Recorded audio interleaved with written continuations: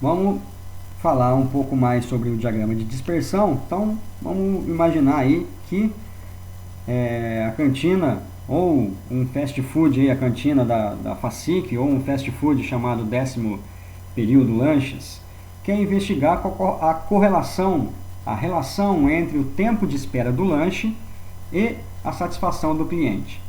Para isso, então, dá-se uma nota menor para insatisfação e uma nota maior para satisfação.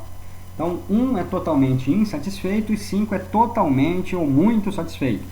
E, obviamente, as notas 2, 3 e 4 são variações entre o totalmente insatisfeito e o muito satisfeito. Então, depois de 20 clientes que preencheram a pesquisa de satisfação, é possível, então, se obter aqui, ó, todos os clientes, o tempo que eles aguardaram e o grau de satisfação deles. O diagrama aqui, a imagem aqui, mostra para a gente o seguinte, que o grau de satisfação do cliente está diretamente relacionado com o pequeno tempo de espera. Quanto maior o tempo de espera, menor a nota, consequentemente, menor a satisfação do cliente. Então, existe uma correlação entre os valores. Quanto maior a satisfação do cliente, menor o tempo de espera. Quanto maior o tempo de espera, menor a satisfação do cliente. Então, esse diagrama de dispersão serve para que seja analisada, então, a relação entre duas variáveis. Uma folha de verificação também é chamada de ferramenta da qualidade e expressa, então, itens que devem ser previamente certificados para que as condições de um serviço, ou produto, ou processo possam estar de acordo com o que foi estabelecido enquanto meta, com o que foi estabelecido enquanto padrão. Esta lista é chamada de checklist, que é uma ferramenta muito simples. E aqui a gente vai ver uma lista de verificação, por exemplo. Aqui, ó. Esta lista de verificação mostra para a gente qual é o tipo de defeito, a quantidade verificada em relação ao tipo de defeito e a quantidade total. Após o levantamento de dados, pode-se observar-se nessa empresa aqui que o problema mais recorrente durante a produção é a cor diferente do desenho. Como é que deu para saber isso? Cor diferente do desenho. Aqui, ó, tem 30 aqui, ó. Então, o problema que mais ocorre durante a produção é a cor diferente do desenho. A cor, aqui está indiferente, mas corrijam aí, por favor. É a cor diferente do desenho. Então, eu consigo utilizar essa ferramenta aqui, chamada de folha de verificação ou checklist, para a partir dela eu utilizar uma outra ferramenta, por exemplo, que pode ser um histograma, colocar tudo isso aqui em um gráfico de barras. Depois eu posso utilizar o diagrama de Pareto, que eu posso colocar de uma maneira decrescente os valores, para que eu possa priorizar qual é a principal, o meu principal defeito.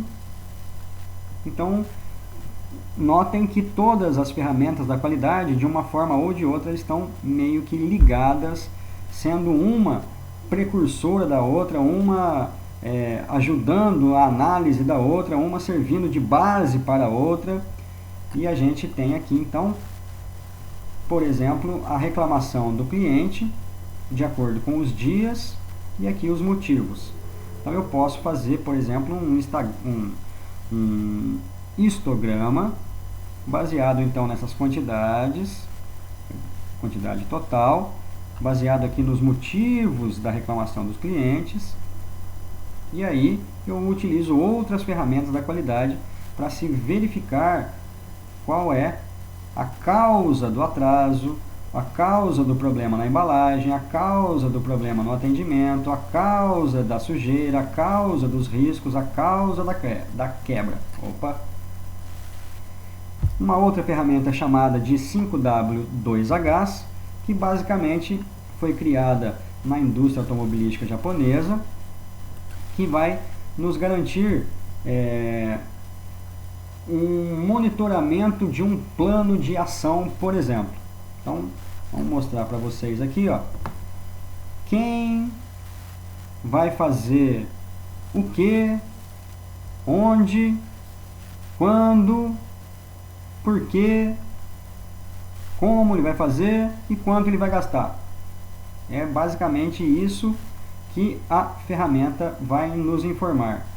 Quem vai fazer, quem aqui, ó, quem vai fazer o que, quando, onde, por quê e como, e quanto que ele vai gastar. Então aqui tem um exemplo de um 5W2Hs que vai relacionar a causa com as ações tomadas e se há um investimento dentro dessas ações tomadas, com os próprios responsáveis, os prazos e os locais de realização, o porquê que está sendo feito a ação, o que vai ser feito, onde vai ser feito e como vai ser feito. Então isso aí é um exemplo do 5W2Hs. Aqui mostra um resumo de como se faz o ciclo PDCA então.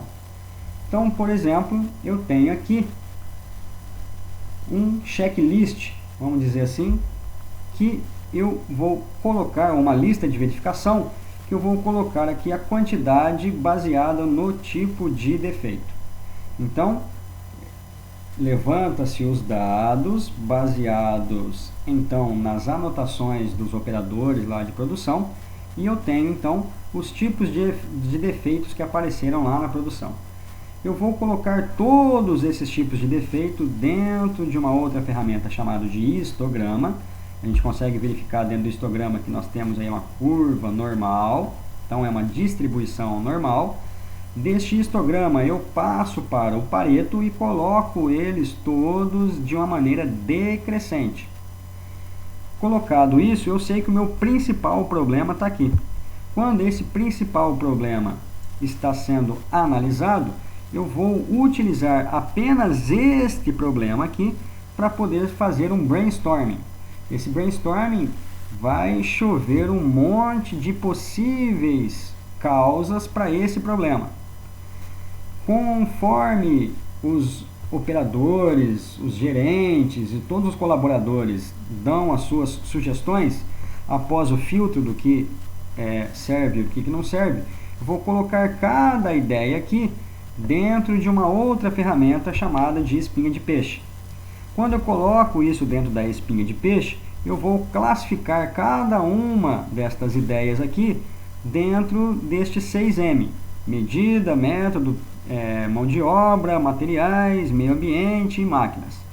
E aí, cada uma desta possível causa, eu vou colocar aqui num plano de ação para que eu possa tomar uma ação ou corretiva para solucionar o problema ou também preventiva para que esse problema não volte a acontecer.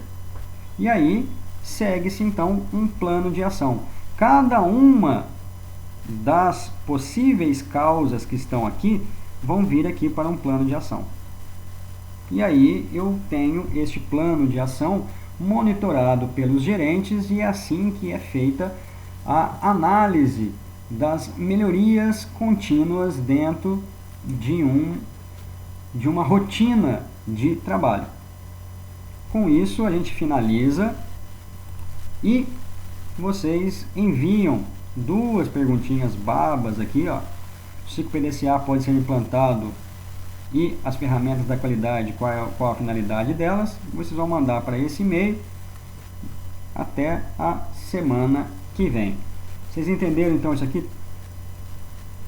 Isso aqui é basicamente, então, vamos colocar lá, etapa do planejamento, vai ser colocado uma meta aí para o número de trincas, número de riscos, número de manchas, número de folgas, vai colocar uma meta lá, e aí eu vou levantar as informações,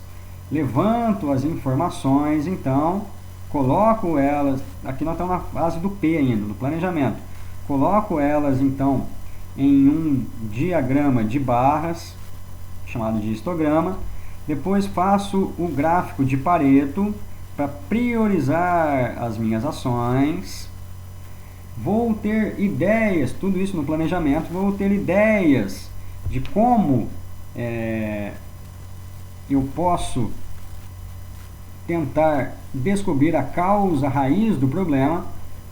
Vou classificar cada causa raiz dentro dos 6 M's do Ishikawa e vou fazer aqui uma avaliação das ações propostas para cada uma dessas possíveis causas, tudo isso baseado em um único efeito. Se eu for analisar este efeito aqui, que é o segundo, eu vou fazer um outro brainstorming, um outro 6M e um outro 5W2Hs. Para o terceiro aqui, eu vou fazer um outro brainstorming, um outro Ishikawa e um outro 5W2Hs. Então eu posso ter vários problemas sendo analisados paralelamente, porém eu priorizo os problemas com maior índice de ocorrência, com maior frequência, com maior severidade, com maior probabilidade de risco e por aí vai. Beleza, turma? Qualquer dúvida é só entrar em contato. Até a aula que vem. Um abraço aí, se cuidem e fiquem com Deus.